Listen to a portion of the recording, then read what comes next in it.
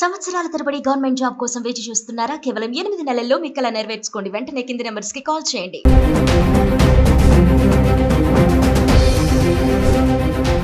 నమస్తే, welcome back to Suman TV. ప్రస్తుతం మనతో పాటు ఉన్నారు consumers affairs committee chairman Mandari Krishnareddy గారు. నమస్తే సార్. నమస్తే అమ్మా. సార్, రీసెంట్గా అమెరికా వెళ్ళడానికి పేరెంట్స్ ముఖ్యంగా చూసుకుంటే, మామూలుగా అమెరికా వెళ్ళడానికి చాలా ఇష్టం ఉండదు. పిల్లల్ని చూడడానికి వెళ్ళొచ్చు, మనవల్ని కానీ అక్కడ స్పెండ్ చేయాలనుకుంటారు. మరీ ముఖ్యంగా అక్కడ ఉండాలి, ఆ క్లైమేట్ కానీ అంత ఇష్టపడతారు కదా. కానీ ఏంటంటే ఇప్పుడు పేరెంట్స్ లాంగ్ డిస్టెన్స్లో లాంగ్ పీరియడ్ వెళ్ళాలనుకున్న వాళ్ళు వెళ్ళడానికి ఇష్టపడట్లేదు, అక్కడ ఉండడానికి కూడా ఇష్టపడట్లేదు. ఎందుకంటారు? రీజన్ ఏంటంటారు? చాలా కారణాలు ఉన్నాయి దీంట్లో. మొదటిసారి వెళ్ళడానికి చాలామంది ఇష్టపడతారు, కొద్ది రోజులు అక్కడ ఉండడానికి ఇష్టపడతారు. అంటే షార్ట్ టైంలో వెళ్ళిన వాళ్ళు, ఒక 10 రోజులు 15 రోజులు నెల రోజులు ఉండేటువంటి వాళ్ళు చాలా సంతోషపడతారు. ఎందుకంటే భారతదేశానికి అమెరికాకు మధ్యలో చాలా వ్యత్యాసం ఉంది. అక్కడ రోడ్లు కానీ, అక్కడ వాతావరణం కానీ, అంటే రోడ్లు చాలా నీట్గా ఉంటాయి. అసలు ఎక్కడ చెత్త చెదారం అనేది ఎక్కడ కనబడదు మనకు. అన్ని ఆటోమేషన్స్ ద్వారా ఎప్పటికప్పుడు క్లీన్ చేసేస్తారు. కాబట్టి అది మనకి ఎక్కడ కూడా చిన్న చెత్త కానీ, అసలు మన దగ్గర కనబడేటువంటి కంపు కానీ, లేకపోతే క్లీన్ చేయకపోవడం కానీ, ఎక్కడికెక్కడ పెంట కుప్పలు మున్సిపల్ సంబంధించినటువంటి కనపడడం కానీ, ఇలాంటి దృశ్యాలు మనకు అమెరికాలో ఎక్కడ గాలించి చూసినా కనబడవు. అది నెంబర్ 1. నెంబర్ 2 ఏమిటంటే, అసలు ఇలాగా ట్రాఫిక్ జాములు అవ్వడం కానీ, ఎక్కడ పడితే అక్కడ గంటల తరబడి వెయిట్ చేయాల్సిన పరిస్థితి కానీ ఇలాంటివి కానీ ఉండవు. ఎందుకంటే అక్కడ ట్రాఫిక్ నియంత్రణ చాలా గొప్పగా జరుగుతుంది. ఎవ్వరు కూడా ట్రాఫిక్ వయలేషన్స్ ఉండవు. కాబట్టి ఎంత వేగంతో వెళ్ళాలి అంటే అంత వేగంతో వెళతాయి. అక్కడ కొన్ని తక్కువ వేగంతో వెళ్ళాలి ఉంటాయి, కొన్ని ఎక్కువ వేగంతో వెళ్ళాలి ఉంటాయి. ఆ ఎక్కువ వేగంతో వెళ్ళకపోయినా కూడా ఫైన్ వేస్తారు. ఎందుకంటే మరి వెనక వాళ్ళకి ఇబ్బంది కలగకూడదు కదా. ఆ వేగంతో వెళ్ళినప్పుడు మాత్రమే నియంత్రణ కరెక్ట్గా టైంలో రీచ్ అవ్వడం జరుగుతుంది. ఇలాంటివన్నీ ఉంటాయి. తర్వాత గొప్ప గొప్ప దృశ్యాలు, మంచి మంచి స్టూడియోస్, మంచి మంచి పార్క్స్, మంచి మంచి అమ్యూజ్మెంట్ పార్క్స్ లాంటివి, తర్వాత అనేక రకాలైనటువంటి మ్యూజియంస్ చూడడానికి అవకాశం ఉంటుంది. అంటే భారతదేశంలో చూడడానికి వీలైనటువంటివి అనేక మనకు అక్కడ చూడేసిన అవకాశాలు ఉంటాయి. కాబట్టి ఆ దేశం మీద చాలా ఆసక్తి ఉంటుంది. అమెరికా అంటే ప్రపంచంలోనే గొప్ప దేశం అనేటువంటి భావన ఉంది. ఎత్తైన బిల్డింగ్స్ 50 నుంచి 100 ఫ్లోర్లు ఉండేటువంటివి మీకు చాలా అవలీలగా కనబడతాయి.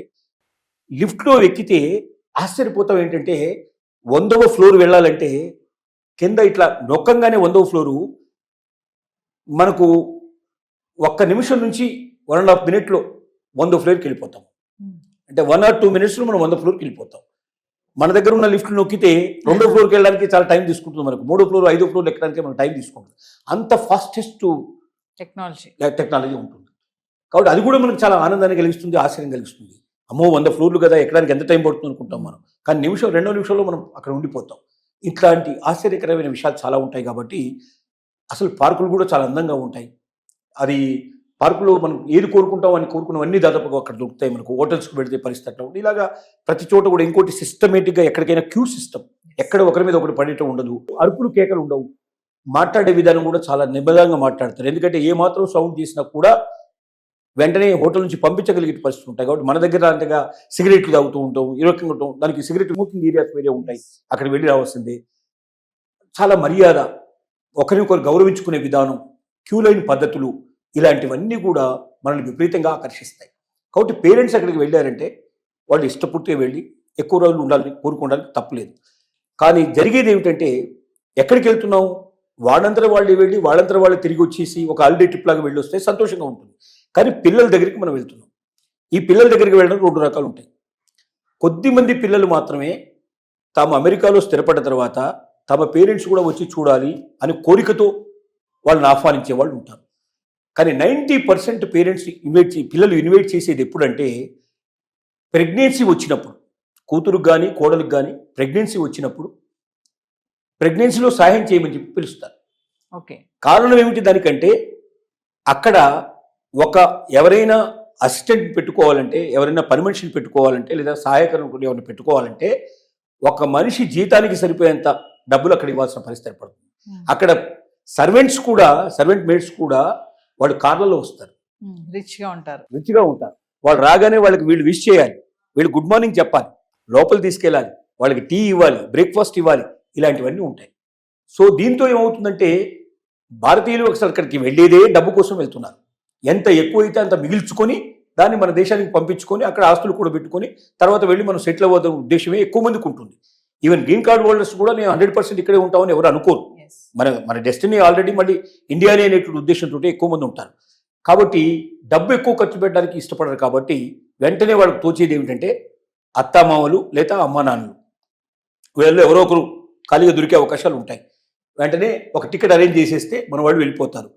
అంటే ఒక సహాయకురాలను 6 నెలలు పెట్టుకోవాలంటే సుమారుగా వాళ్ళకి 6 లక్షల రూపాయలు ఖర్చు అవుతుంది. అదే మన ఇండియా నుంచి ఒక వెళ్తే ఓ 50,000 లక్ష రూపాయల లోపల వాళ్ళకి అయిపోతుంది. భోజనం ఎట్లాగో వాళ్ళతో పాటు చేస్తారు. ఏదైనా అది ఇది చూపించిన అయ్యేటువంటి ఖర్చు అంతా కలుపుకుంటే అంటే మనం పని వాళ్ళకి ఇచ్చేటువంటి దాంట్లో ఒక 10% 15% ఖర్చు పెడితే మనకు వాళ్ళకన్నా ఎక్కువ నమ్మకంగా 24 గంటలు ఇంట్లో ఉండి ఒక లేబర్ లాగా పనిచేయడానికి మనకు 2 వ్యక్తులు దొరుకుతున్నారు. 24 hours సర్వీస్ ఈ ఉద్దేశంతో ఎక్కువ మంది పిలుస్తారు. దీన్ని చెప్పాలంటే పచ్చిగా చెప్పాలంటే పరిస్థితి. కాకపోతే ప్రేమలు, అభిమానాలు, ఆలోచనలు ఇవన్నీ చాలా ఉంటాయి అనుకోండి. కానీ మన వాళ్ళు కూడా ఎందుకు వెళ్తారంటే మొట్టమొదటిసారి వెళ్ళేటువంటి వాళ్ళు ఆ ప్రేమతో వెళ్తారు. నా కూతురు ప్రెగ్నెంట్ అయింది, నా కోడలు ప్రెగ్నెంట్ అయింది, నేను నా మనవరాలను చూసుకోవాలి, మనవడిని చూసుకోవాలన్న ఆతృతతో మనం అక్కడికి వెళ్తాం. వెళ్ళిన తర్వాత జరిగేది మొట్టమొదటి ఏంటంటే అసలు వీక్లీ ఆఫ్స్ ఉండవు. సహజంగా ఈవెన్ ప్రెగ్నెంట్ లేడీస్ కూడా ఒక 2 నెలల ముందు, 1 నెల ముందు సెలవు పెడతారు కదా. మిగతా టైంలో అంతా కూడా వాళ్ళు వర్క్ చేస్తూనే ఉంటారు.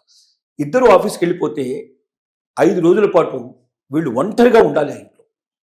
అసలు బయటికి వెళ్తే మాట్లాడితే వీళ్ళ మాటలు ఎవరికి అంటే ఇక్కడ భాష ప్రాబ్లం చాలా ఎక్కువ ఉంటుంది.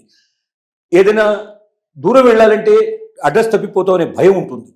సహజంగా వీళ్ళు చొరవ తీసుకొని దూరం వెళ్ళరు. మనలాగా బయటకు వచ్చి పక్క వాళ్ళు ఈ పక్క వాళ్ళు మాట్లాడేటువంటి పరిస్థితులు అక్కడ ఉండవు. పక్కింటి వాళ్లకు మన ఇంట్లో ఒకవేళ టీవీ శబ్దం ఎక్కువ వచ్చినా వాడు వెంటనే కేసు పెడతాడు, న్యూసెన్స్ కేసు పెడతాడు. పిల్లల అరుపులు బాగా వినబడ్డా కేసు పెట్టేస్తారు.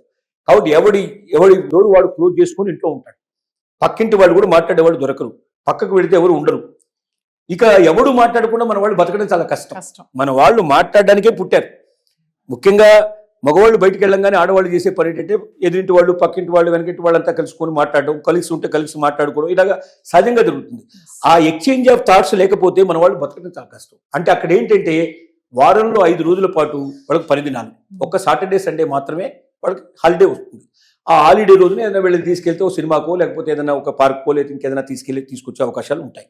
మిగతా రోజుల్లో వాళ్ళతో కాస్త గడిపే అవకాశాలు ఉంటాయి. కానీ 5 రోజుల పాటు వీళ్ళు ఇంట్లో బంధించినట్టుగా బతకాలి. ఒక రకంగా చెప్పాలంటే ఖైదీల్లాగా బతకాలి. ఇది చాలా మందికి ఇష్టం ఉండదు. తర్వాత చాకిరీ అంతా 6 నెలలు మనం చాకిరీ చేయడానికి అక్కడికి వచ్చిన విషయం అని అర్థమవుతుంది. చాకిరీ అయిపోతుంది. ఆ తర్వాత ఏం చేస్తారు, ఏదో కొద్దిగా 1 రోజు 2 రోజులు సెలవు పెట్టేసేసి అమెరికాలో ముఖ్యమైన ప్రదేశాల్లో తిప్పేసేసి మళ్ళీ ఫ్లైట్ ఎక్కిచ్చేస్తారు, వచ్చేస్తారు. కాబట్టి ఈ రకమైన జీవితం గడపడానికి చాలా మందికి ఇష్టం ఉండదు. ఎందుకంటే స్వేచ్ఛా జీవితం, మన స్వేచ్ఛ కోల్పోతున్నాం. ఏం చేసావు అమెరికా పోయి అంటే ఇంట్లోనే గడిపానని, ఇంట్లో ఇల్లు వదిలిపెట్టి బయటకు పోవడానికి లేదు, వారం రోజులకి 5 రోజులు నేను ఇంట్లోనే గడిపానంటే, అసలు మన వాళ్ళని గడపాలంటే 5 రోజుల పాటు ఇంట్లో ఎవరు బిక్కచచ్చి ఒక్కరే ఉండి కూర్చోనంటే మాట్లాడడానికి మనుషులు లేకుండా రాత్రి ఎప్పుడూ వస్తారు. వాళ్ళు వచ్చేవరకే చాలా లేట్ అవుతుంది. ఎందుకంటే ఒక్కొక్క నగరాన్ని 100 కిలోమీటర్లు 200 కిలోమీటర్లు ఎక్కడో వాళ్ళ ఉద్యోగాలు ఉంటాయి. కార్ డ్రైవ్ చేసుకుని పోవాల్సిన పరిస్థితి ఏర్పడుతుంది. కార్ డ్రైవ్లోనే 1 గంట నుంచి 2 గంటలు 3 గంటలు టైం దొరుకుతుంది. మళ్ళీ తిరిగి రావడానికి అంత టైం పడుతుంది. బాగా అలసిపోయి వస్తారు. ఎందుకంటే అక్కడ సిన్సియర్గా పనిచేస్తారు. మనలాగా పని దొంగలు ఎక్కువ ఉండరు అక్కడ. ఉంటే వాళ్ళని పని చేయనివ్వరు. పని దొంగలు ఎక్కువ రోజులు ఉండలేరు అక్కడ. కాబట్టి అందరూ సిన్సియర్గా పనిచేస్తారు, హానెస్ట్గా పనిచేస్తారు. అంత కష్టపడి వచ్చి వాళ్ళు 5 రోజుల పాటు గుడ్డి చాకరీ చేస్తారు.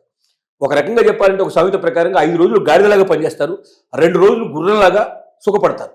ఆ 2 days వాళ్ళు ఏంటంటే ఎక్కడైనా వీకెండ్స్లో సముద్రం ఒడ్డుకు వెళ్ళడం, అక్కడ రెస్ట్ తీసుకోవడం, మంచి ప్లేస్లోకి వెళ్ళడం బాగా ఉంటారు. కానీ ఈ నలుగురు కలిసి వెళ్ళాలంటే అయ్యే ఖర్చు మోపిడవుతుంది. వీళ్ళని ఎందుకు పిలిచారు? డబ్బులు మిగిల్చుకోవడానికి పిలిచారు. ఒక రకంగా చెప్పాలంటే పనివాళ్ళని పెట్టాలంటే అక్కడ పనివాళ్ళు దొరకరని కాదు, బ్రహ్మాండంగా చూసుకునే వాళ్ళు దొరుకుతారు, అంతే హానెస్ట్గా దొరుకుతారు. దొంగతనాలు అట్లాంటివి ఏం జరగవు. ఎవరినైనా పిలిచి ఉండొచ్చు. కానీ తన జీతం దాదాపు సగం జీతం పోగొట్టుకోవాలి, లేదా ఇద్దరు వర్క్ చేస్తే అందులో ఒకరి జీతం పోగొట్టుకున్న పరిస్థితి ఏర్పడుతుంది. అంత డబ్బిచ్చి వీళ్ళు 5-6 నెలలు వీళ్ళని పోషించడం కష్టం అనే ఉద్దేశంతో వీళ్ళని తీసుకెళ్తారు. వీళ్ళ పర్పస్ ఏదైనప్పుడు వీళ్ళ ఖర్చు ఎక్కువ పెట్టడం. ఖర్చు పెట్టినప్పుడు ఏమవుతుంది, వీళ్ళు ఖైదీలాగా బతకాల్సి వస్తుంది. అందువల్ల ఎక్కువ మంది దానికి ఇష్టపడరు. కాబట్టి మీరు ఎంత దానికి పోతున్నారు, వారం రోజులు 10 రోజులు 15 రోజులు పిక్నిక్ దాకా వెళ్ళి వచ్చేటైతే అమెరికా చాలా గొప్పగా ఉంటుంది. ఎన్నిసార్లు వెళ్ళినా మళ్ళీ వెళ్ళాలనిపిస్తుంది. కానీ వాళ్ళ అవసరాలకు మాత్రమే పిలిచినప్పుడు మాత్రం అక్కడ వెళ్ళేవాళ్ళు 190 మంది ఈ రకమైన సఫర్ అయిన వాళ్ళు ఉన్నారు. రెండోసారి పిలిస్తే మేము రామని చెప్పిన వాళ్ళు చాలా మంది ఉన్నారు, వెళ్ళలేరు. అంటే వెళితే అక్కడ జరిగేది ఏమిటో తెలుసు కాబట్టి. సరే ఇక తప్పదనుకుంటే ఇక కూతురు లేదా కోడలు తప్పదనుకుంటే ఏమని అనుకుంటారని మొహమాటానికి వెళ్ళింది తప్ప ఇష్టపూర్తిగా వెళ్ళేటువంటి వాళ్ళు ఉండరు. కాబట్టి రోజు రోజుకి అక్కడ వెళ్ళాలంటే ఇంట్రెస్ట్ పెట్టేటి వాళ్ళు ఇంకా పోయి వచ్చిన వాళ్ళ అనుభవాలు చెప్తారు కదా, ఆ అనుభవాలు చెప్పిన తర్వాత పక్క ఇంకా వీడికి ఇంట్రెస్ట్ తగ్గిపోతుంది. చాలా మంది అట్లా పోకుండా కూడా మానేసిన వాళ్ళు ఉన్నారు. రోజు రోజుకి ఆ పరిస్థితులు ఏర్పడుతున్నాయి. ఇక భవిష్యత్తులో పోవాల్సిన అవసరం కూడా ఉండకపోవచ్చు, ఎందుకంటే వాళ్ళు ఇక్కడికి వచ్చేస్తున్నారు కాబట్టి మనం అక్కడికి పోవాల్సిన పరిస్థితులు కూడా చాలా తగ్గిపోయే అవకాశాలు ఉన్నాయి. ఇది మెయిన్ రీజన్స్ అని చెప్పుకోవడానికి అవకాశం ఉంది. Thank you.